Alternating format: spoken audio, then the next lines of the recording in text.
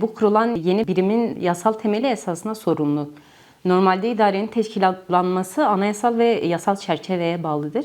Ancak bu yeni kurulan daire başkanlığı Adalet Bakanlığı'nın doğrudan idari işlemiyle kuruldu. Bunun ya Cumhurbaşkanı kararnamesiyle ya da kanunla kurulması gerekiyor. Ancak bu daire başkanlığı Adalet Bakanlığı'nın idari işlemiyle kuruldu. Yani her an bu bir iptal davasına konu da edilebilir. Bu konuda biraz tartışmalı açıkçası. Aslında hızlı ve pratik bir yol tercih edildi. Ancak bunun hukuki dayanak açısından tartışmalı bir konu. İktidar bugüne kadar hep kadın cinayetleri dosyalarında sanki böyle bir problem yokmuşçasına, soruşturma süreçleri çok iyi yürütülüyormuşçasına bir politika, bir söylem geliştiriyordu esasında. Ancak pratik söylemle tamamıyla çelişir vaziyetteydi. Hala da çelişir vaziyette her ne kadar bu kurulmuş olsa da bu birim. Bu şu açıdan önemli. Esasında şüpheli kadın ölümlerinin sayısının ne kadar yüksek olduğunu, Türkiye'de böylesi ciddi ve önemli bir problemin varlığının da açık bir göstergesi esasında böyle bir birimin kurulması Adalet Bakanlığı bünyesinde. Meselelere de sadece bireysel bir açıdan değil, örneğin Gülistan Doku'nun hala bulunamamış olması sadece bireysel ele alınmaması gerekiyor.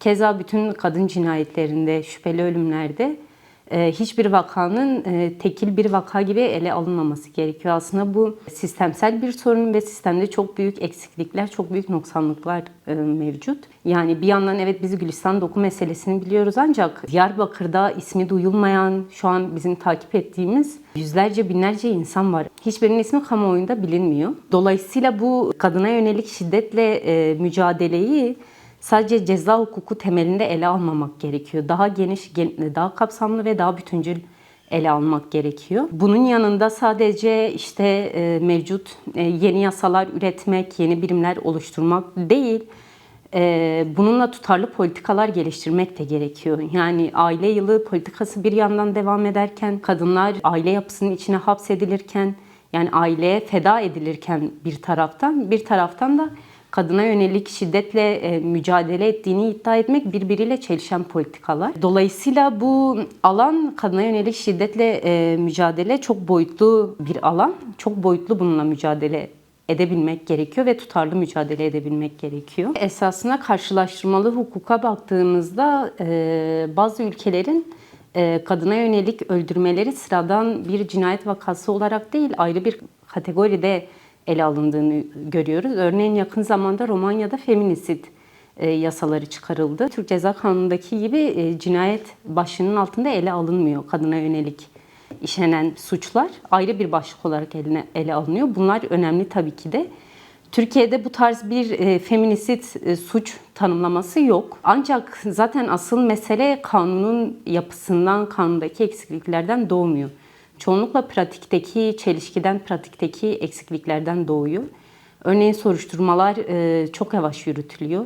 Yani olayın sıcağında deliller eksik toplanılıyor. Genellikle hep tek bir ihtimal üzerinden yürütülüyor. Örneğin kadına yönelik işlenen suçlarda, kadın cinayetlerinde ilk ele alınan nokta genellikle intihar oluyor.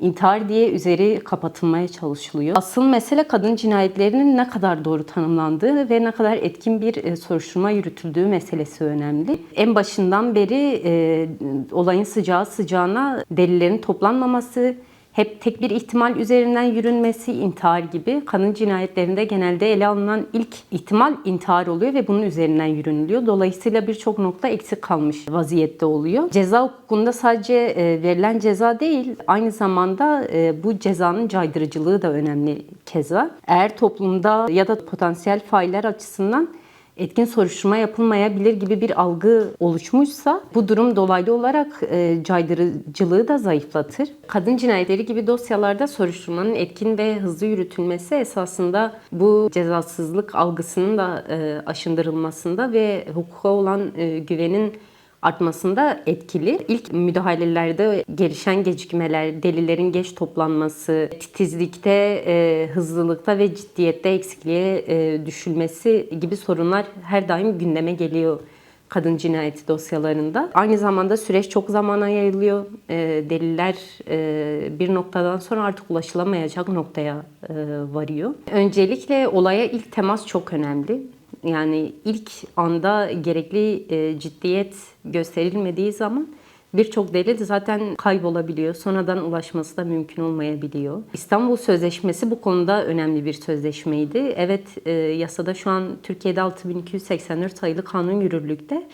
Ancak İstanbul Sözleşmesi de çok daha kapsamlı ve devlete sorumluluklar yükleyen bir sözleşmeydi. Yani bir taraftan İstanbul Sözleşmesi'nden çekilmesi, bir taraftan da bu tarz adımların atılması aslında bir ikili bir politika izlendiğini gösteriyor.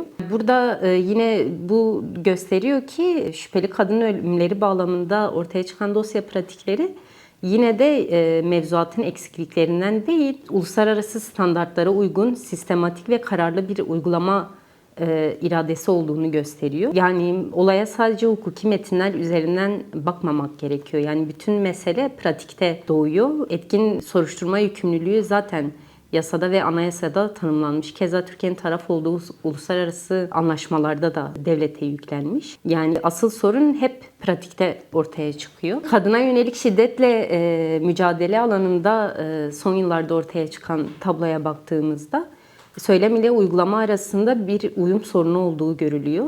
Bugüne kadar şüpheli kadın cinayetlerine dair bir kabul de yoktu açıkçası.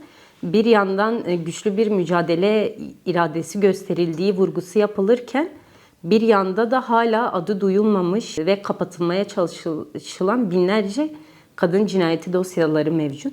Dolayısıyla tekil meseleler üzerinden değil, sadece sistemsel sorunların tespitini iyi yapabilmek ve bu yapılan tespitlere yönelik gerçekçi çözümler üretebilmek gerekiyor.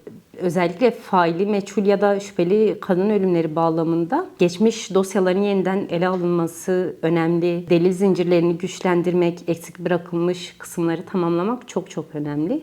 Ancak hala örneğin bir ay önce kuruldu bu daire başkanlığı. Diyarbakır özelinde hala eksik yürütülen binlerce dosya var. Yani ve bunların hiçbiri gündemde dahi değil. Bu mücadeleyi yürütmek tabii ki de devleti bir noktada, iktidarı bir noktada zorluyor.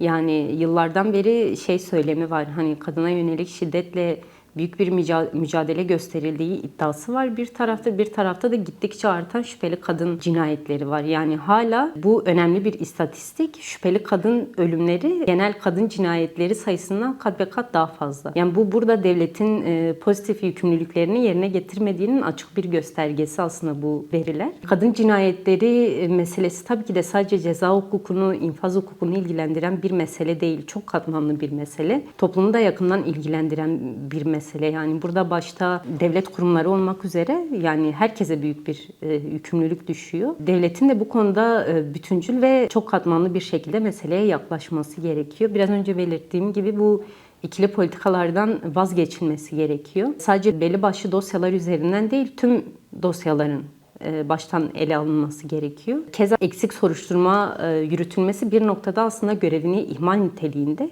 Yani bu konudaki tespitlerin de yapılması ve gerekli yaptırımların da uygulanması gerekiyor. Bütün bu eksikliklerin tek tek tespit edilip buna göre çözümler üretilmesi gerekiyor. Bu çerçevede İstanbul Sözleşmesi hala çok önemli bir referans yani. Yasama ve yürütme organlarına düşen sorumluluk da tutarlı ve hak temelli, öngörülebilir bir politika izlemek, buna göre yasal çerçeveyi oluşturmak, kanunlar çıkarmak. Keza infaz politikalarında da yani bu politikanın göz önünde bulundurulması gerekiyor. Yargı açısından da en kritik nokta dediğim gibi etkin, hızlı ve verimli, tarafsız bir soruşturma pratiğinin geliştirilmesi gerekiyor. Sivil topluma düşen de bu süreçlerin takipçisi olmak açıkçası.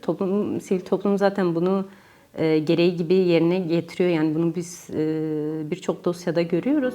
Görünürlüğü sağlamak ve hukuki mücadeleyi sürdürmek düşüyor.